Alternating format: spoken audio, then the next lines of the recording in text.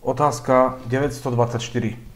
Molekula táto sa v jednosmernom elektrickom poli pri pH rovné 8 za A bude pohybovať ku katóde, za B bude pohybovať k anóde, za C bude pohybovať ku kladnej elektróde, za D bude pohybovať ku zápornej elektróde, za E nebude pohybovať, za F rozloží na amoniak, kyselinu uhličitú a syrovodík, za G bude pohybovať najprv k anóde a potom ku katóde a za H bude pohybovať od anódy ku katóde. Táto molekula je aminokyselina cysteín. Aby sme sa vedeli rozhodnúť, ktorá z týchto odpovedí je správna, musíme si povedať, ako sa správajú aminokyseliny pri rôznej hodnote pH. Vo všeobecnosti aminokyseliny majú takýto štruktúrny vzorec.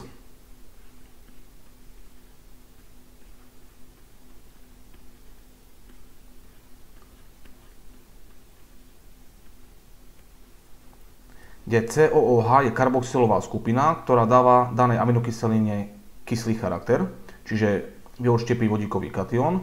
NH2 naopak dáva celej aminokyseline zasaditý charakter, lebo na dusíku je lokalizovaný voľný elektronový pár a ten vie prijať vodíkový kation, čiže správa sa ako zásada tento dusík v aminoskupine. No a R je uhľovodíkový zvyšok, ktorý môže mať rôznu štruktúru, podľa toho rozdávame rôzne druhy aminokyselín. No a teraz sa sústreďme, ako sa mení povaha aminokyseliny v závislosti od pH. Toto je tzv. Neutrálny tvar aminokyselín, to znamená karboxylová skupina a aminoskupina sú neionizované alebo nedisociované. V prípade, ak je pH menšie ako 7, to znamená, že sme v kyslej oblasti, to znamená koncentrácia vodíkových kationov je vyššia ako koncentrácia hydroxidových aniónov, bude protonizovaná alebo ionizovaná NH2 skupina.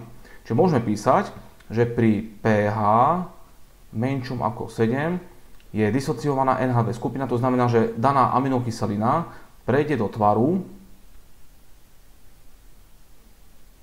takéhoto.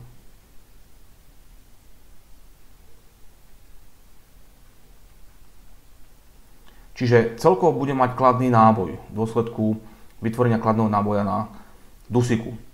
Samozrejme, hodnota pH, pri ktorom dochádza k ionizácii aminoskupiny, je pre každú aminokyselinu rôzna, no ale o tom niekedy inokedy.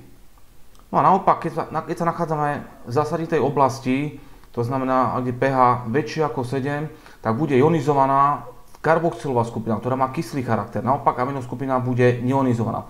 Tým pádom daná aminokyselina prejde do takéhoto tvaru alebo do takejto formy. To znamená, že aminoskupina bude neionizovaná, zostane v pôvodnej forme. No a naopak ionizovaná bude karboxylová skupina, ktorá prejde do formy aniónu. To znamená, celková molekula bude mať záporný náboj. V našom prípade máme aminokyselinu cysteín. Vidíme, že má štruktúru takú, že to R je CH2SH. Toto reziduum je vlastne naše R. To znamená, ako sa bude správať daná aminokyselina pri pH 8. Vidíme, že pH 8 je v zasaditej oblasti, keď je to veľmi mierne zasadité prostredie, ale je to zasadité. Tým pádom bude ionizovaná karboxylová skupina. Čiže naša aminokyselina cysteín prejde do tvaru takéhoto.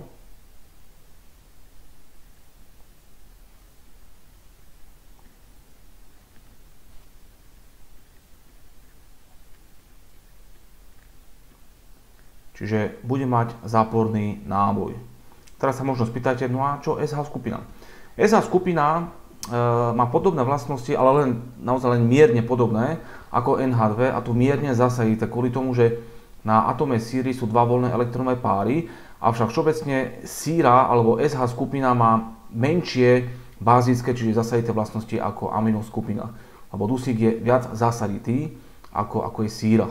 Je to pomerne jednoducho vysvetlené, ale vám stačí vedieť, že v tomto prípade SH skupina nebude protonizovaná alebo ionizovaná, respektíve v minimálnej miere.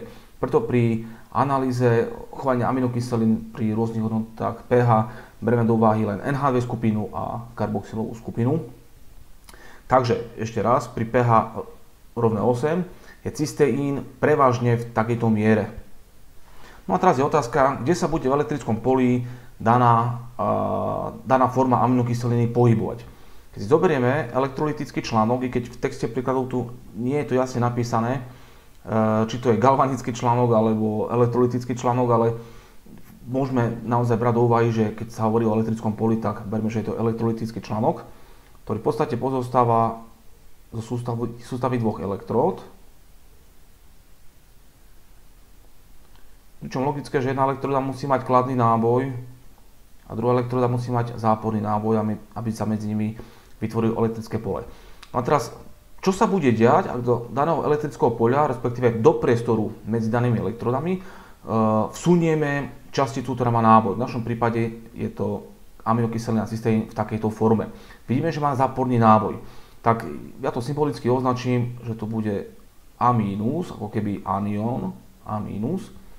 No otázka teraz je, logicky, kde sa bude daný anión pohybovať. No tak logicky pôjde k opačnému pólu, čiže smerom ku kladnej elektróde. No a už len treba povedať, ako sa nazýva elektróda, ktorá je kladná. Je tu taká zaujímavá pomôcka, ako si ľahko zapamätáte, čo ide kam. Tak môžete si zapamätať, že anióny idú k anóde a katióny idú ku katóde. Keďže anióny idú ku anóde, to znamená, že anóda musí byť kladná. Takže kladná elektroda v elektrolytickom článku je anóda. Čiže tu máme aj odpoveď, kde sa bude pohybovať forma cysteínu pri pH 8, no bude sa pohybovať ku kladnej elektróde, čiže k anóde. No a môžeme ísť teraz jednotlivým odpovediam. Za A, bude sa pohybovať ku katóde? Nie. Bude pohybovať k anóde? Áno. Hej, čiže ide k anóde, je to pravda. Bude pohybovať ku kladnej elektróde? Áno, aj to je pravda. Bude pohybovať ku zápornej elektróde? Nie, ku kladnej. Nebude pohybovať? No bude sa pohybovať. Inak na tomto základe je založená veľmi zaujímavá analytická separačná metóda, ktorá práve sa používa najmä pri separácii aminokyselín. Na separácii aminokyselín v elektrickom poli. Čiže nebude pohybovať, to nie je pravda, bude sa pohybovať. Rozloží na amoniak, kyselinu určitú a sulfán, syrovodík, to nie je pravda. Dôjde len k pohybe, čiže migrácii, nie k analýze, čiže rozkladu. Bude pohybovať najprv k anóde a potom ku katóde, to nie je pravda, bude sa pohybovať len jedným smerom. Bude pohybovať od anódy ku katóde týmto smerom, nie je pravda. Čiže len B a C je správne.